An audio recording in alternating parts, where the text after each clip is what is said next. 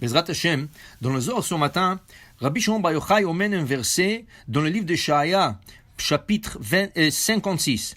Ko amar Adonai la sarissim, ainsi qu'a parlé l'Éternel aux eunuques.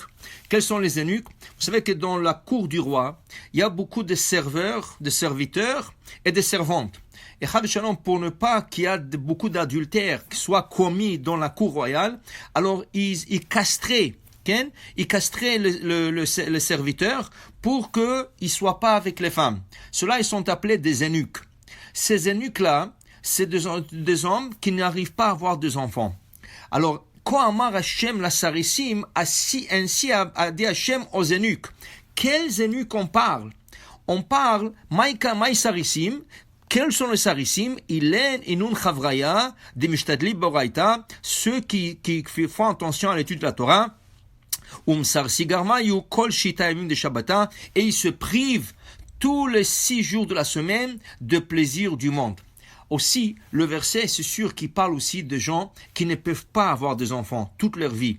Alors, il y a des gens qui ont des enfants, mais malheureusement, les enfants ne sont pas réussis. Et ceux-là, ils font contre la Torah, ils ne suivent pas le chemin que leurs parents les ont tracé. C'est comme Has Veshalom, cette personne n'avait pas des enfants. Oui, il a fait son devoir. Kibud Avaim, comme on voit chez le roi Hiskia, qui ne voulait pas avoir des enfants, car il a une prophétie comme quoi ses enfants seront des idolâtres.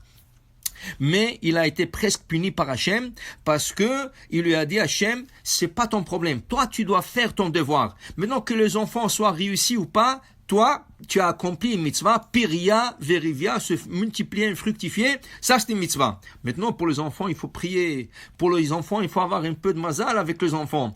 On essaie de leur donner la meilleure éducation qu'on peut.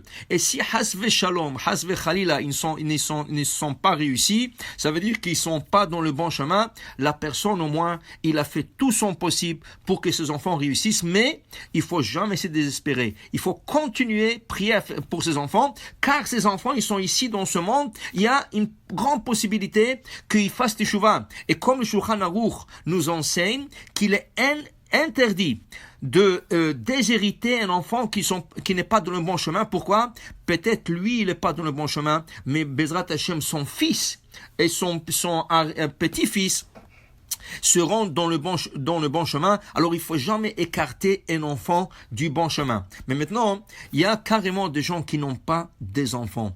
Et cela, has v'shalom, ils quittent ce monde sans le saint souvenir. C'est pour cela qu'il est très important que ces personnes-là, dans leur vivant, ils font quelque chose pour leur âme. Ils peuvent supporter un kollel. Ils peuvent donner un meuble dans une synagogue, dans un kollel, pour que, comme il dit le reste du verset, Venatati lahem bechomotai yad vashem. Je leur donnerai dans ma maison yad vashem, un souvenir éternel. Et quel souvenir? Alors il y a des gens qui achètent le ner tamid, cette bougie qui est toujours allumée par-dessus un echal où il y a le Sefer Torah. Il y a des gens qui achètent des meubles pour un kollel. Il y a des gens qui achètent toutes sortes de choses, des plaques, des candélabres dans la synagogue. Et ça, c'est des plaques, ça, c'est des souvenirs qui restent éternellement.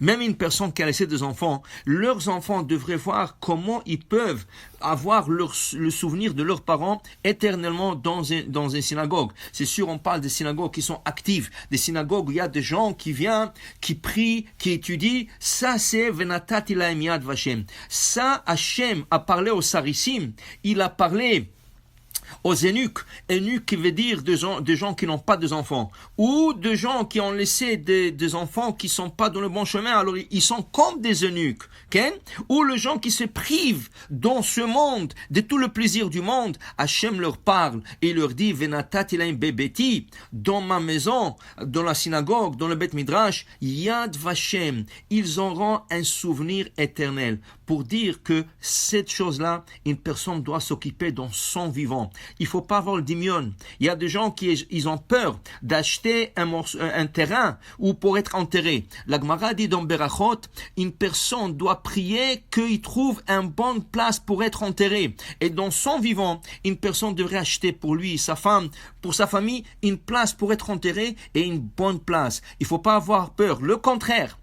Quand une personne achète ce type de choses, c'est là qu'il a une longue vie. Et là, il enlève un grand souci de ses enfants. Imaginez-vous à la dernière minute, les enfants sont pris par le chagrin de perdre un parent. Et en plus de ça, la grande dépense qui vient avec, c'est l'enterrement, le déplacement et tout ça. Alors, une personne doit être chacham et s'occuper ça dans son vivant. Et Bezrat Hashem, ça va lui amener une longue vie. Baruch Adonai l'olam. Amen ve amen.